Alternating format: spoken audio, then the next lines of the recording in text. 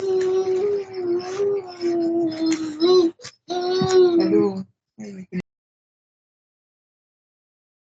All right, welcome to the UI UX design class for week 4, Textilers cohort 4. Last week we went into affinity mapping, and we talked about what to do with our research data. All the data we get from our research, what to do with it, how to group this data and gain insights from grouping data. Okay, so this week we're going to go further to talk about personas in UX research. Okay, from the name persona, you can guess it has to do with a person, what that person is made up of, what that person is about. Okay, so it's not that different from what we are going to talk about when it comes to UX research. Remember, we are about people. We're about finding out about people. We're about digging deep to know what people are made up of and how they can respond to our products. And that is why this particular subject is really key to UX research. Okay, in the course of your research, you are going to have to be able to figure out the kind of people that would be interested in using your product. So to sum it up, that's what I can say. Okay, so it's they're fictional characters that you create based on your research to represent the different user types that might use your service. Creating a persona can help you step out of yourself. You know, as human beings trying to figure out other human beings, even for the purpose of research, the tendency is we tend to be biased. The chance that we're going to be biased is very high because, I mean, we're just humans trying to, figure out other humans, figuring out what they want, figuring out what they're about. So that bias tends to set in at some point if we are unable to step out of ourselves in the course of this research. So that is why creative personas come in very handy at this point. Okay?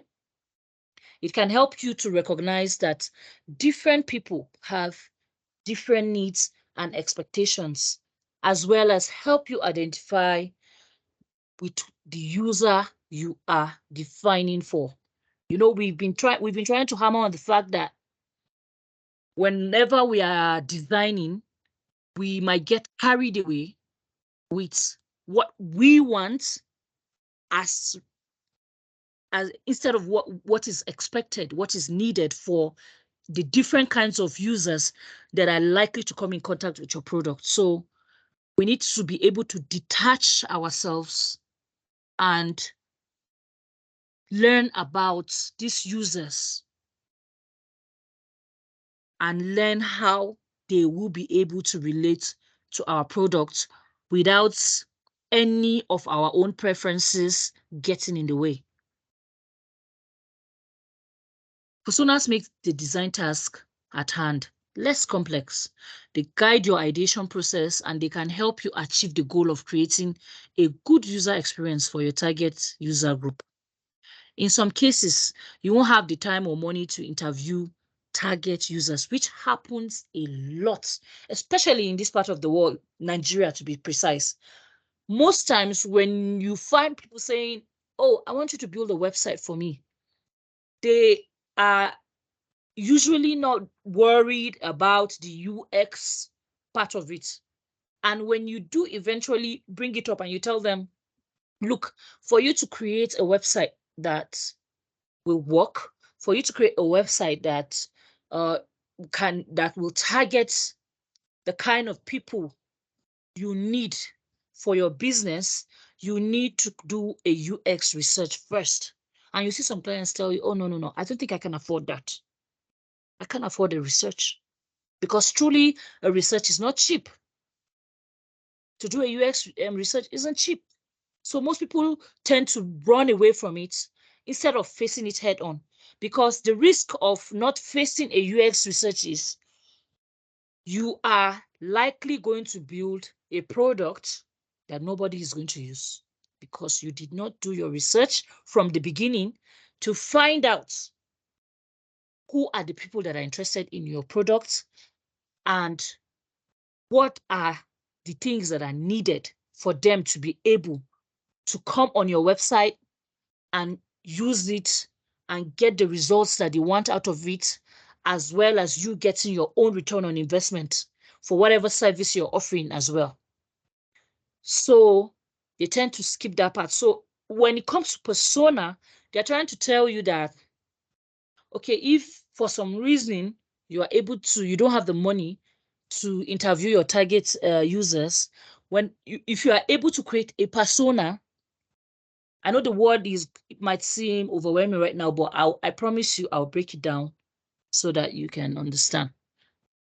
Okay, so it's possible to create a persona based on your stakeholder insight and competitor analysis. Remember, we mentioned competitor analysis as one type of research strategies that is employed. Okay, so what they mean by stakeholder insight is this.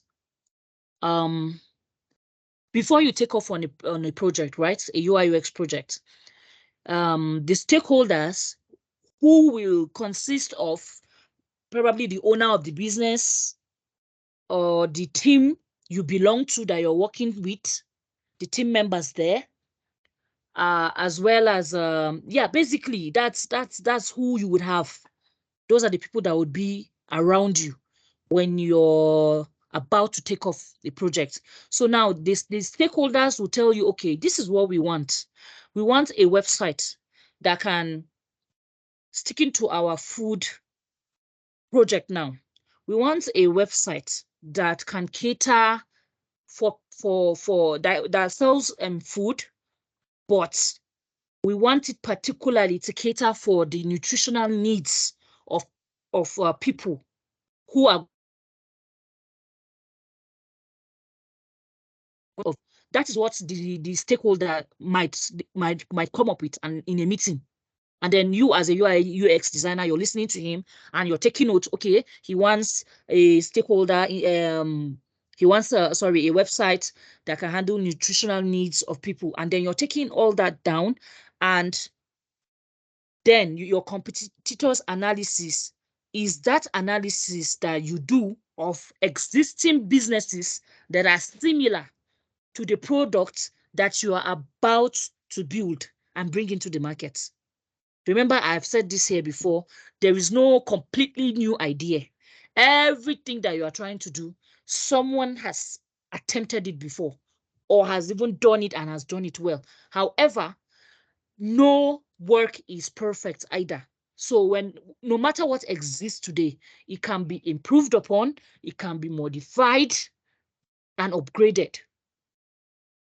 So because of that, you can say, okay, let me go through my competitors rather, and see how people are interacting with these already existing products, and then figure out the kinds of people that are using those products currently, and then you'll be able to have an idea of the kind of person that can also use your own product.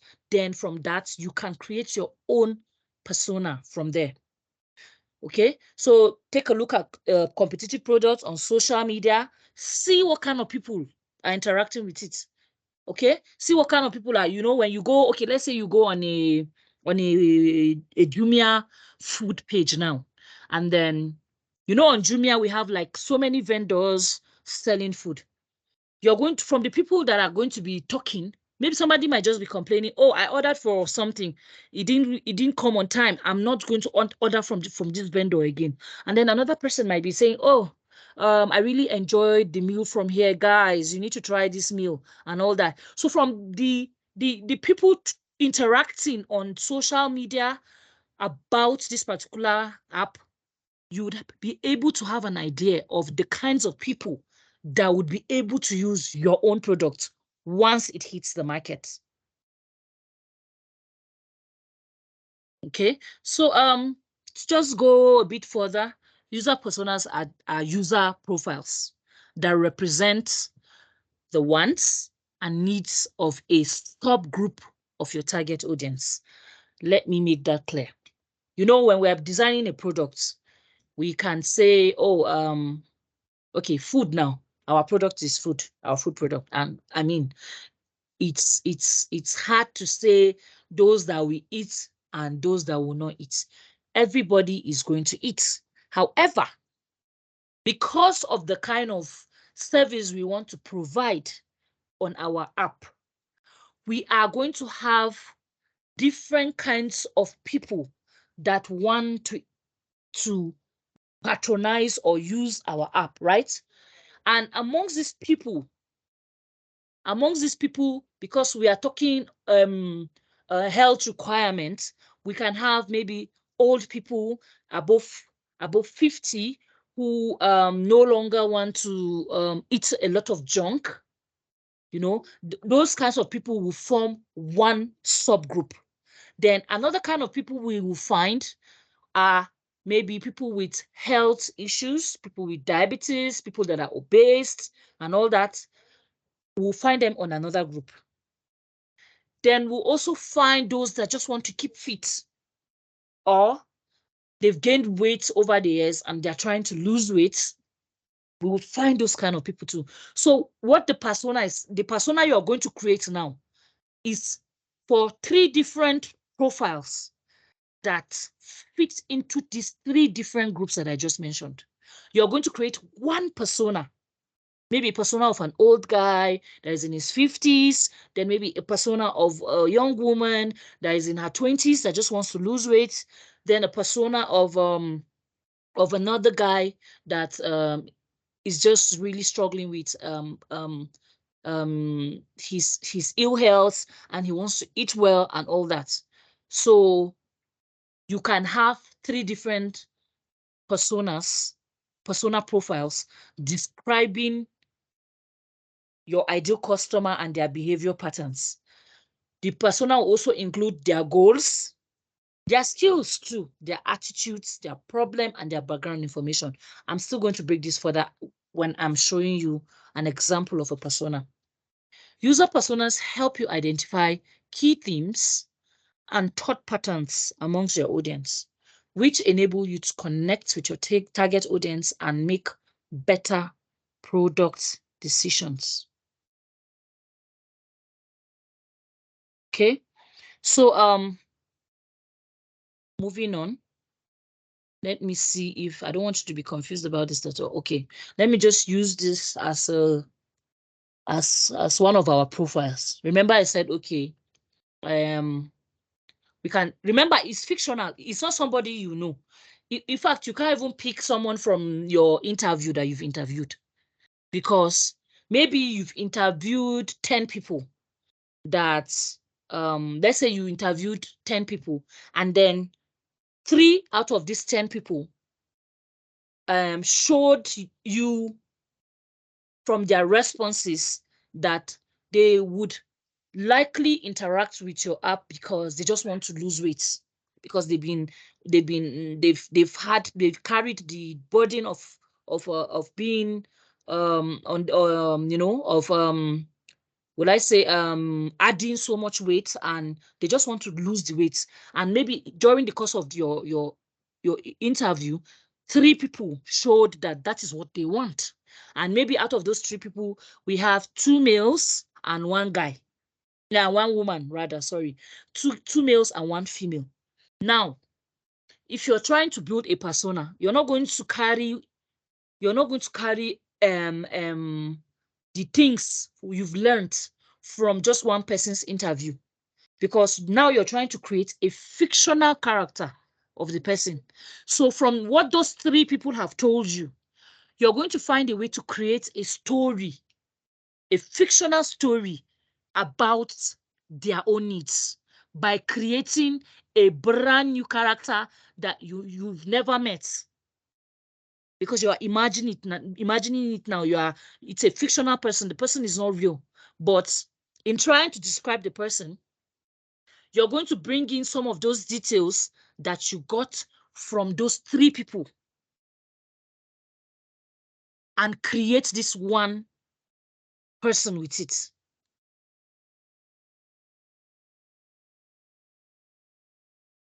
God.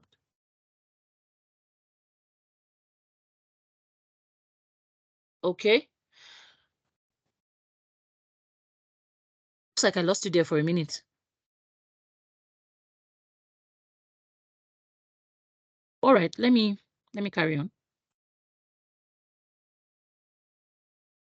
Okay, so hello. Sorry, looks like I lost you. I hope I didn't lose you for too long. Not for so long. In fact, I even had to go back to the group. I don't know what happened. Oh, okay. Yes. All right. Do I continue or do I go back a bit?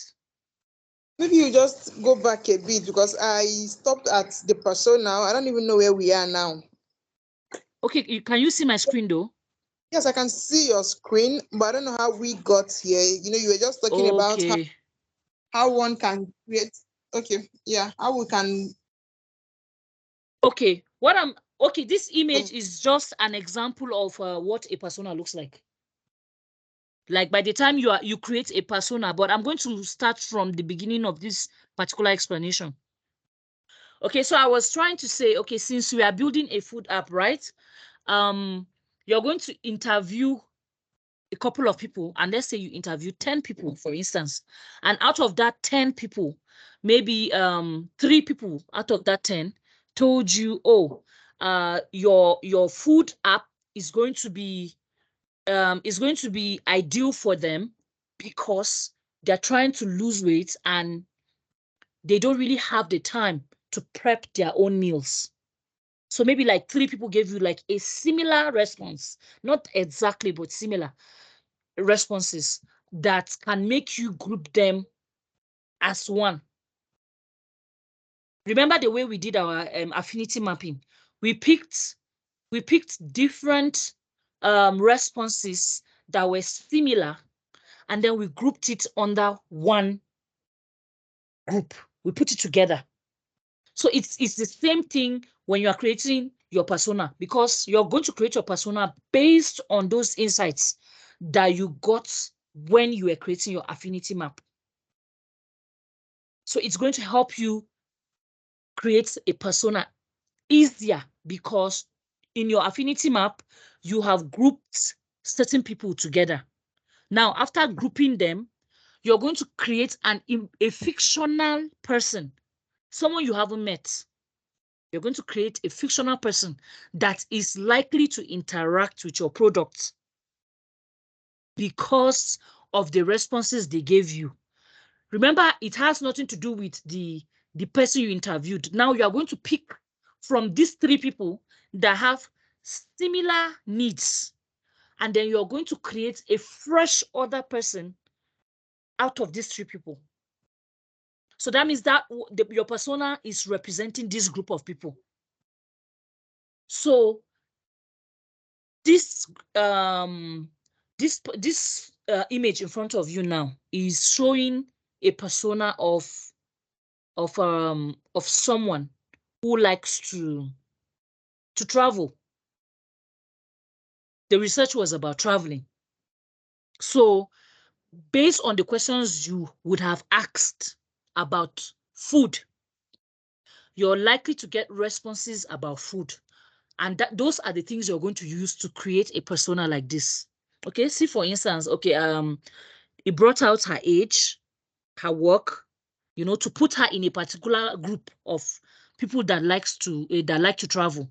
And throughout the persona, you would see, okay, when they spoke about her bio, they were talking about, okay, she's a regional director who travels 4 to 8 times each month for work, because they're trying to show, okay, this is a traveler that would definitely be able to use my app. So in our own case, since we are talking food, it will be that, okay, because the person is so busy, they don't have time to make their own meals.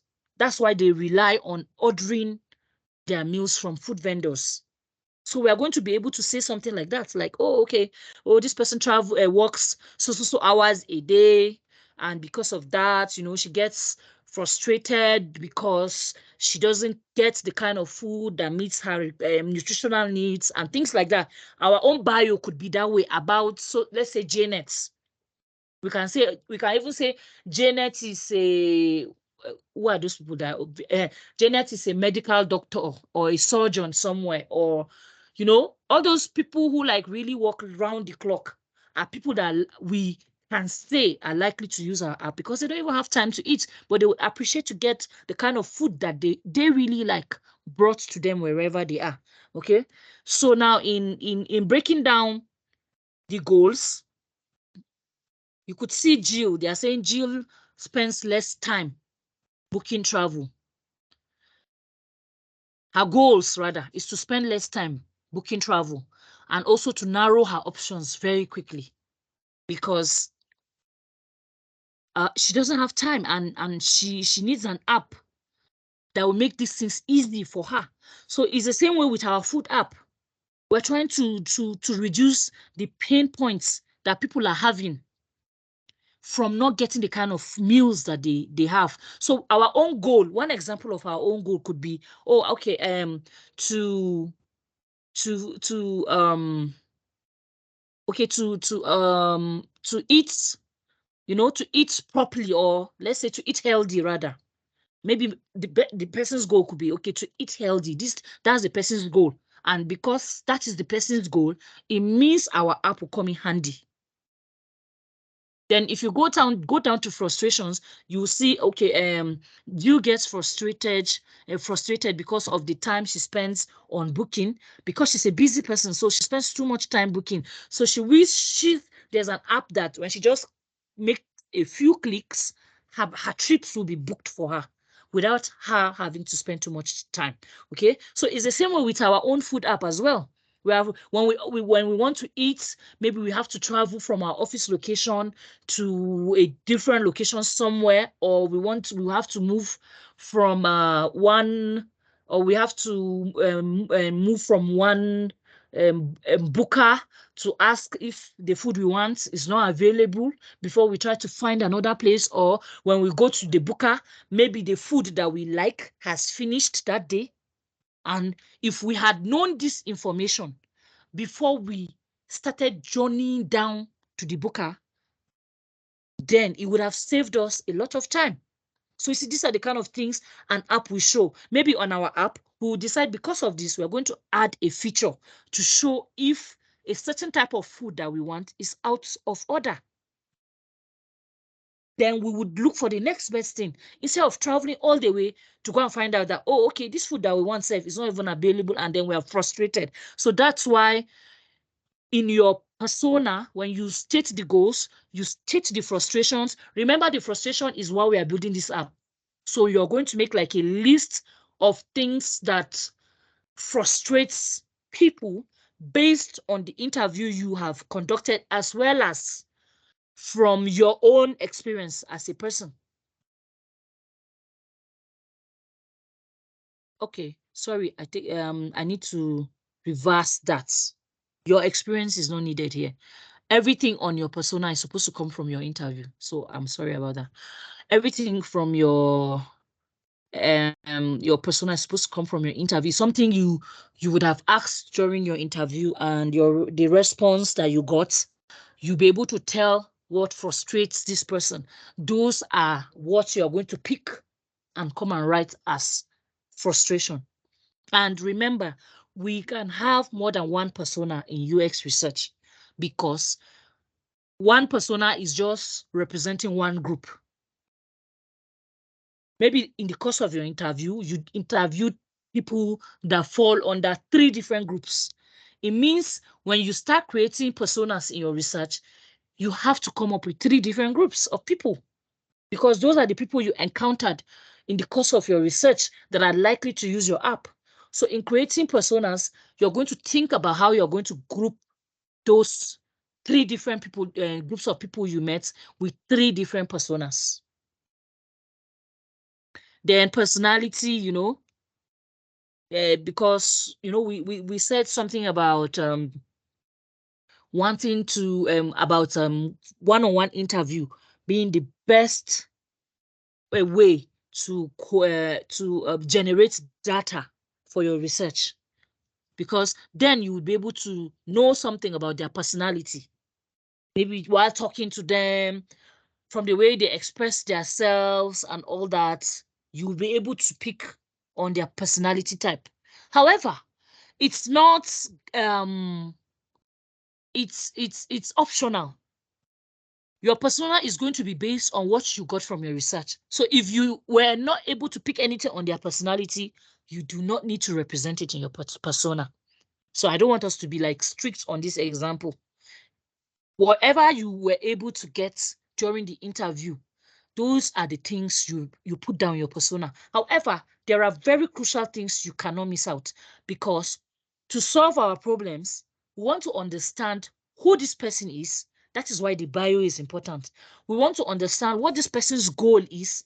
That is why we listen and pick up what these people are, what is their expectation of our app by the time we are done with it. You also need to pick out their frustrations. That's their pain points now. So these bio goals, frustrations, those are things that must be included in your persona.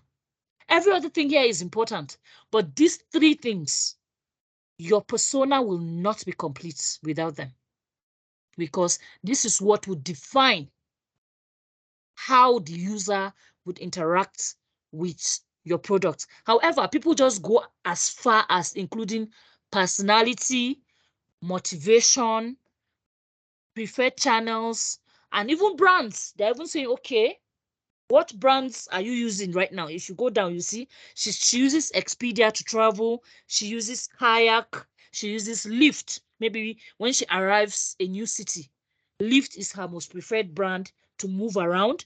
Ace Hotel is like her favorite hotel.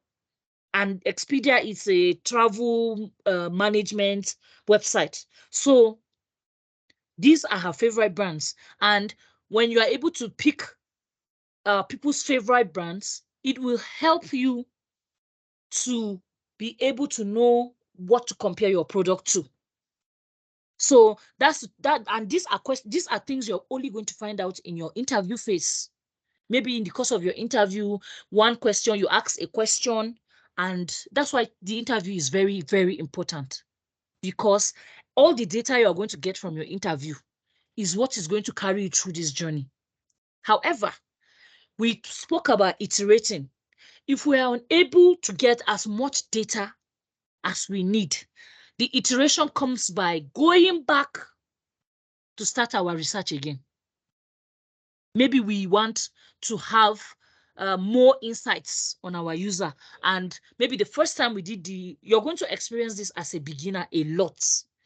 Maybe you didn't ask all the right questions that would give you, you know, all the right responses that can give you a persona that looks like this. It's allowed that you go back and start your process again. Because unless you get your stages right, your result might not be something that is going to really serve the purpose for which is expected. That is why people revise their apps a lot. After everything, after all the research, after everything that they put the money, you know, before you know it, they're trying to do a new version of the app because the first one couldn't cover everything that a user needs. So that's why they will go back, they will do another research, update their old findings, gain new insights, and adjust what the app is trying to give out. So that is it about that. Your research data is very crucial to all the other stages of the UI, UX design thinking process. Very crucial. So Everything else you're going to do is built on this data you're going to get.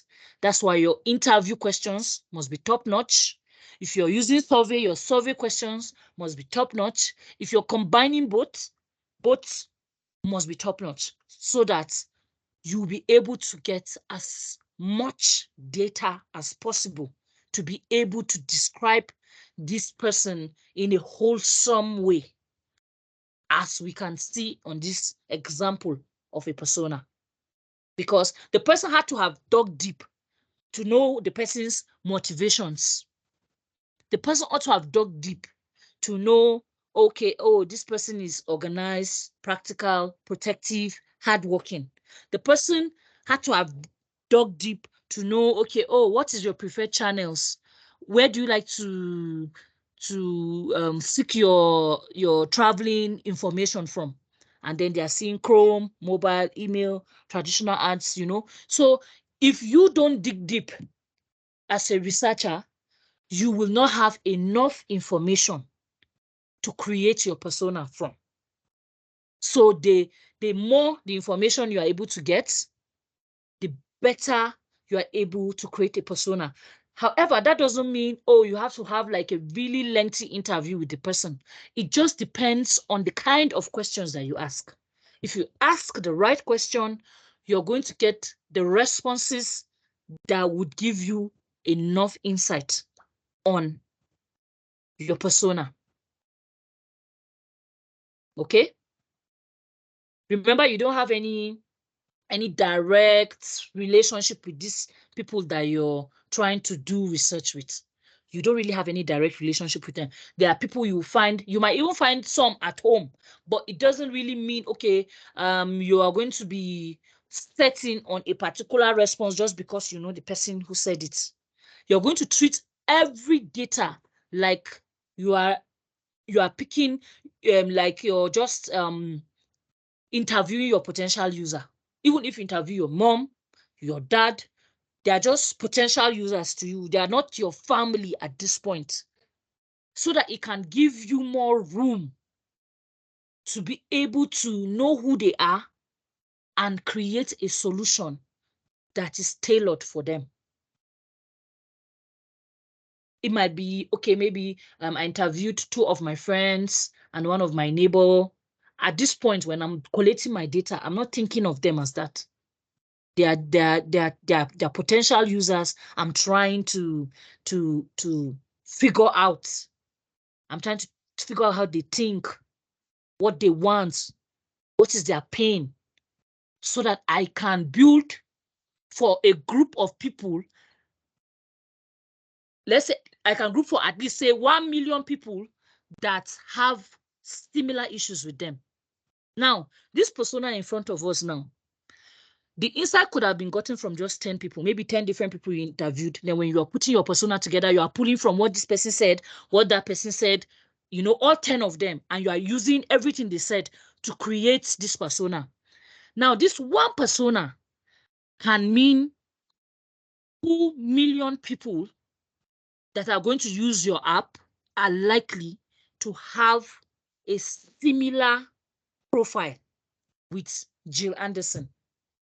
2 million travelers across the world are likely to have the same profile with Jill Anderson, because that's what she represents. She represents the 2 million people with similar problems, the 2 million people that I never interviewed, the 2 million people that I did not talk to. That's what Jill Anderson represents, because humans are connected that way. You ever imagine maybe you randomly go somewhere and you just say, oh, do you ever feel a certain way about a certain thing? And then you would be shocked to think, okay, this is something that only you usually thinks it happens to. Then you see maybe 2 other people will now respond and tell you, oh yeah, I experienced the same thing too. And then you'll be surprised. You'll be like, oh, Omo, I thought it was only me. You know, you'll be thinking, oh, okay, I thought it was just something that was happening to me. So humans are connected that way. So Jill Anderson could just be representing 2 million other people or more. This is me just speculating. but we are all connected somehow, some way. And that is why compatibility comes in, even in our relationship, even in our friendship. You just meet a friend that has similar things with you, and then you guys reconnect and you become best friends and all that. That's just because humans are connected. So that's how your persona is. If you are able to pick the right information during your interview, by the time you create your persona, you would see that that person signifies a billion people that you're never ever going to meet, but are likely to use your application by the time that you're done building it. Okay, so that's it about our persona. So our task for this week is to create a persona. As always, I'm going to drop this slide in the chat section, and I'm also going to drop a template for you to use to create your own persona. You can, make your own template if you like, but these are the guidelines to creating your persona. You use the insights from your affinity mapping to create I statements around wants, needs, goals, motivation, frustration, or anything else you notice is a theme from your interview. Remember, you cannot go and create a persona from questions you didn't ask. So it has to be something that came up during your interview. But these following sections are like very important. You need to have the name of the person, your fictional name, your fictional photo. You can just go and download any photo from anywhere. There are free photos online that you can use. Then the demographics of the person, the bio. Demographics not so important, but make sure the bio is there, which would also give you the sense of the person's demographics, yes. Then the background of the person, the behaviors. What do the person like to do for fun? Do the person do they like hanging out? Are they foodies? Do they like eating? What do they like? What kind of food do they like? Do they like local food? Do they like intercontinental dishes? Their dislikes, what they don't like. They don't like their food cold. They don't like pepper. They don't like garlic, and all those things. All those things they don't like are the pain points as well as the frustrations, the things they do not like when it comes to their food, and especially ordering their food when they want to eat their food. Those are those frustrations you're going to note. Then, and anything else you want to communicate. So you use the templates to organize this information into an easy to follow persona or create your own. For more guidance, I was supposed to edit this. For more guidance, as usual, I always advise that we go on YouTube and watch more videos on persona. You might find like a simpler explanation than what I just gave you. If you go on YouTube and watch a couple of videos or read a couple of articles about it, you will gain more understanding about it. So let it not stop here. And then, as usual, how to achieve your goal of becoming a UI UX designer. Research other materials online after each class to gain more insight. Understand one topic before proceeding to the next topic. Ask as many questions as you can. Follow other UI UX designers on social media for inspiration. Read articles on UI UX in this following websites. I'm dropping it's been on your previous presentation, but it's something I decided I'm just going to keep reiterating. Join UI UX communities on social media. Okay, so thank you. This is the end of this class, but before I go, I'm going to drop this slide. If there's something you want to ask that I need clarification on, this would be a good time for us to do that.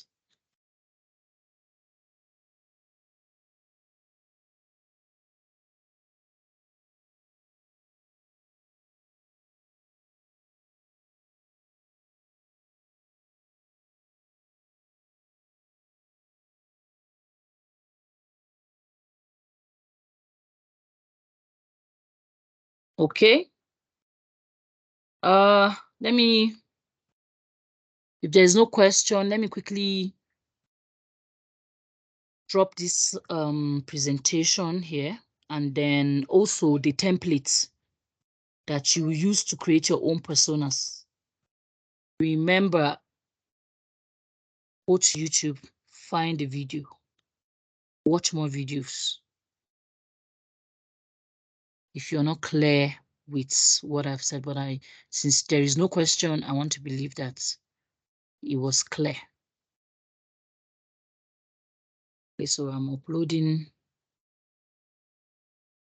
to this class now. Let me quickly upload the template to use.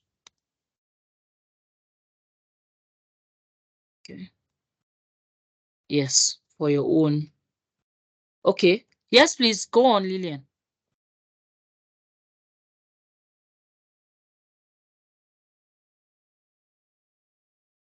Lillian, I can see your hands. You can go on. Ask your question.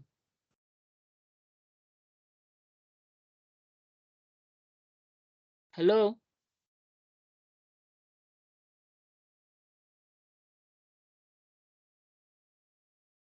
Are you there?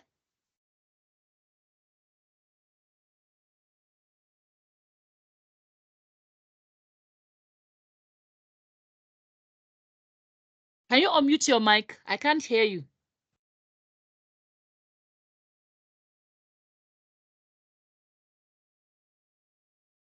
Hello? Lillian?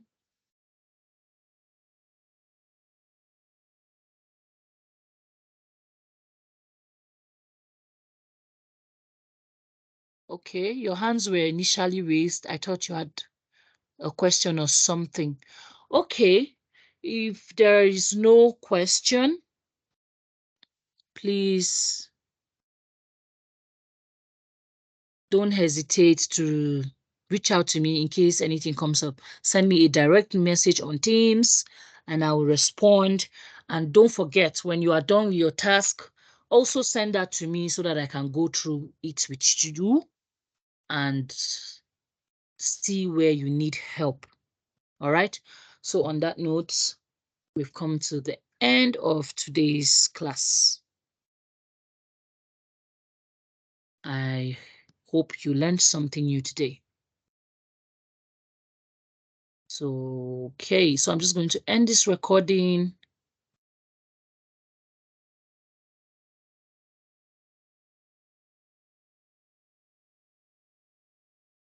Okay, Lillian, I can't hear you. I don't know if you're trying to talk to me or not, but I wish you a lovely, lovely weekend. See you next Saturday. Thank you.